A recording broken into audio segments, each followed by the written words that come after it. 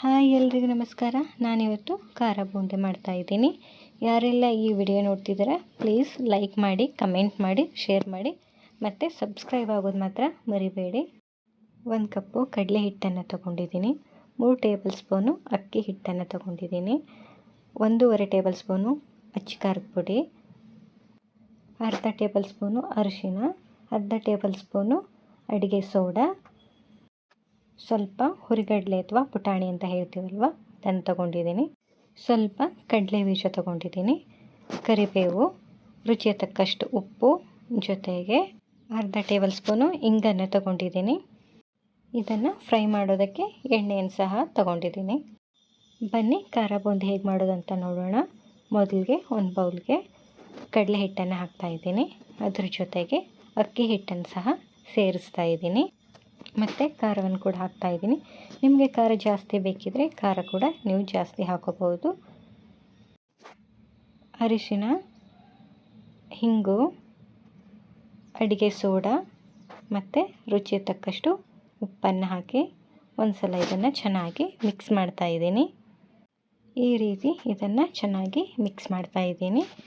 ಇದೆಲ್ಲ ಮಿಕ್ಸ್ ಮಾಡೋದಾದಮೇಲೆ ಇದಕ್ಕೆ ಸ್ವಲ್ಪನೇ ನೀರನ್ನು ಹಾಕ್ತಾ ಇದನ್ನು ಕಲಿಸ್ತಾ ಇದ್ದೀನಿ.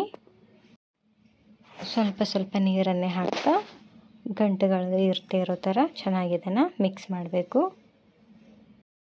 ನೀರು ಸ್ವಲ್ಪ ಜಾಸ್ತಿ ಆಗಿಬಿಟ್ರೆ ನೀವು ಕಡಲೆ ಹಿಟ್ಟನ್ನು ಕೂಡ ಹಾಕ್ಕೊಂಡು ಮತ್ತೆ ಇದನ್ನು ಗಟ್ಟಿಯಾಗಿ ಮಾಡ್ಬೋದು. ನೋಡಿ, ಹಿಟ್ಟು ಈ ಹದದಲ್ಲಿರಬೇಕು. ಈ ರೀತಿಯಾಗಿ ಚೆನ್ನಾಗಿ ಕಲಿಸ್ಬೇಕು. ಗ್ಯಾಸ್ ಮೇಲೆ ಎಣ್ಣೆಯನ್ನು ಬಿಸಿ ಮಾಡೋದಕ್ಕೆ ಇಟ್ಟಿದ್ದೀನಿ.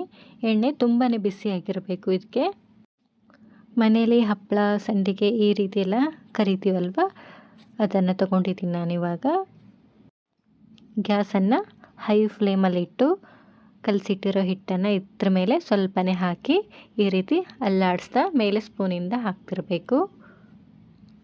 ಇದ್ರ ಮೇಲೆ ಹಿಟ್ಟು ಹಾಕುವಾಗ ಹುಷಾರಾಗಿ ಹಾಕಬೇಕು. ಯಾಕೆಂದರೆ ಸೈಡಲ್ಲಿ ಹಿಟ್ಟು ಬಿದ್ದು ದಪ್ಪ ಉಂಡೆಗಳಾಗುತ್ತೆ. ಒಂದು ವೇಳೆ ಸೈಡಲ್ಲಿ ಸ್ವಲ್ಪ ಹಿಟ್ಟು ಬಿದ್ದರೆ ದಪ್ಪ ಉಂಡೆ ಆದರೆ ಆಮೇಲೆ ಅದನ್ನು ಬಿಡಿಸ್ಕೋಬಹುದು. ಮಧ್ಯದಲ್ಲಿ ಈ ರೀತಿ ಕೈ ಆಡಿಸ್ತಾ ಚೆನ್ನಾಗಿ ಫ್ರೈ ಮಾಡಿ. ತುಂಬಾ ಕ್ರಿಸ್ಪಿಯಾಗಿ ಬರುತ್ತೆ ಇದು.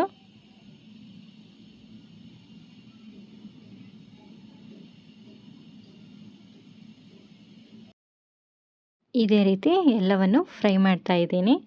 ನಂತರ ಇದೇ ಬಿಸಿ ಎಣ್ಣೆಗೆ ಸ್ವಲ್ಪ ಕರಿಬೇವನ್ನು ಫ್ರೈ ಮಾಡ್ತಾ ಇದ್ದೀನಿ. ಕರಿಬೇವು ಹಾಕೋದ್ರಿಂದ ಒಳ್ಳೆ ಟೇಸ್ಟಿಯಾಗಿ ಬರುತ್ತೆ. ಮತ್ತು ಇದೇ ಎಣ್ಣೆಲೆ ಕಡಲೆ ಬೀಜನ ಕೂಡ ಚೆನ್ನಾಗಿ ಫ್ರೈ ಮಾಡ್ತಾ ಇದ್ದೀನಿ.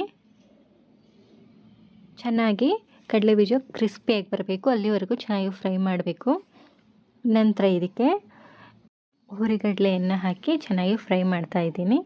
ಈ ರೀತಿ ಎಲ್ಲವೂ ಫ್ರೈ ಮಾಡಿ ಹಾಕೋದ್ರಿಂದ ಖಾರ ಬೂಂದಿ ಇನ್ನಷ್ಟು ಟೇಸ್ಟಿಯಾಗಿ ಬರುತ್ತೆ.